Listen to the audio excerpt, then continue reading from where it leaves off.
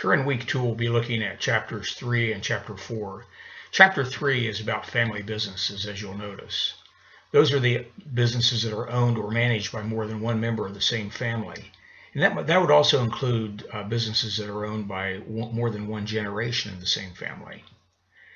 The family business, according to some economists, accounts for as much as 50% of the gross domestic product, that's the GDP, of the U.S. economy. That's a substantial amount. So as you're studying Chapter 3, you're studying an important part of our overall economy.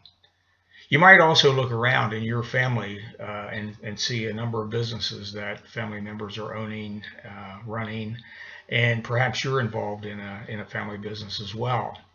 And so this is an important topic for the small business community in our economy.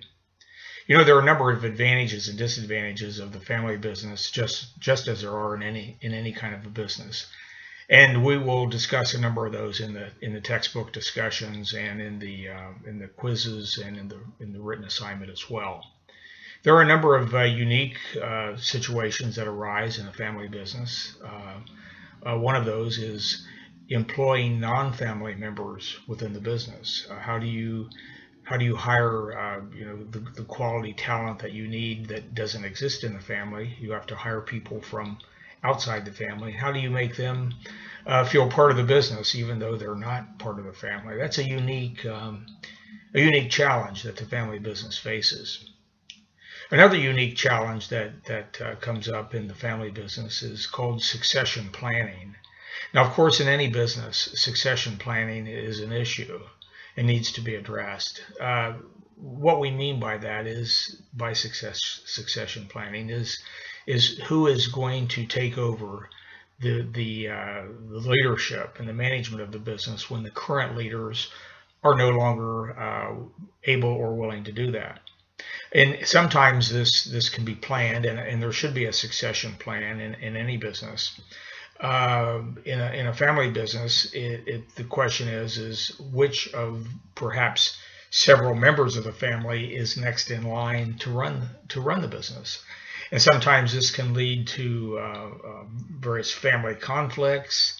You could imagine how just in general in a family business, how conflicts in the business could spill over into the family situation, or family problems and issues could spill over into the family business situation. So it is a unique part of our economy that you'll be studying when you look at Chapter 3.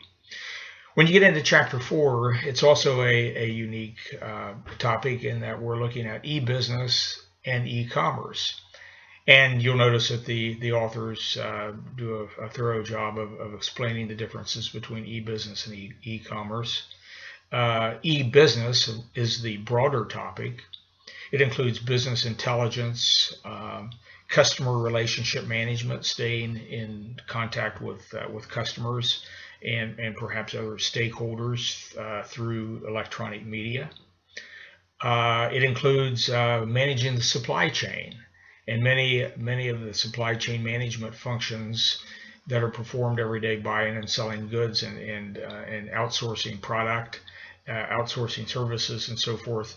Many of these are managed and coordinated through the internet, through the electronic media, and making e-business an essential topic for us to study when we're talking about small business. Also within another kind of a basic e-commerce function is the process of electronic transactions that are moved back and forth within a company. So all those functions are included in what we know as e-business. And e-commerce is a part of e-business. But e-commerce is a more narrowly defined function in that it involves only the selling of goods and services via the internet. So it is just a subpart of the overall broader topic, what we would call e-business. Within the topic of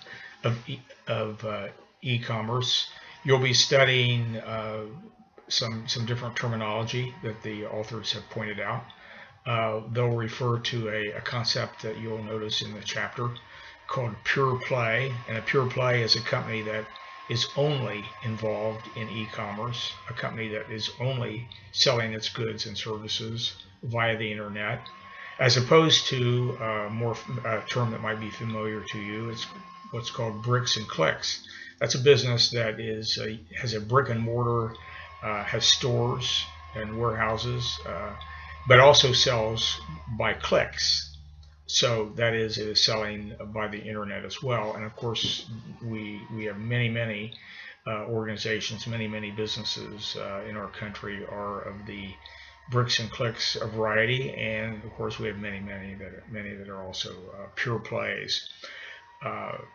We have other models we'll study when we get into chapter 4. The B2B model, which is one business selling to another business, maybe a wholesaler selling to a retailer via the internet. It might be a manufacturer selling to a wholesaler via the internet, or for that matter, it could be a manufacturer selling directly to the retailer via the internet. We'll also look at another model called the B2C, which is business selling to consumers. And of course, we're all very much familiar with that. And we'll see. That's one of the very popular uses of e-commerce today, as we know. And finally, there is another model called the C2C model, which is one customer selling to another, and that is any number of the online auction sites where customers using the internet as a market for bringing together somebody who has something to sell with somebody that has something to buy. So all of those examples, plus some other ones that you'll notice, probably any example that you can think of in the e-commerce category that the authors will provide. They have a little chart in there in chapter 4 that you can look at, and they summarize many of those functions. And they'll provide probably the broadest range of e-commerce activities that you'll find just about anywhere. So anyway, welcome again to this week as you undertake chapters 3 and 4, and I'll be talking to you again next week.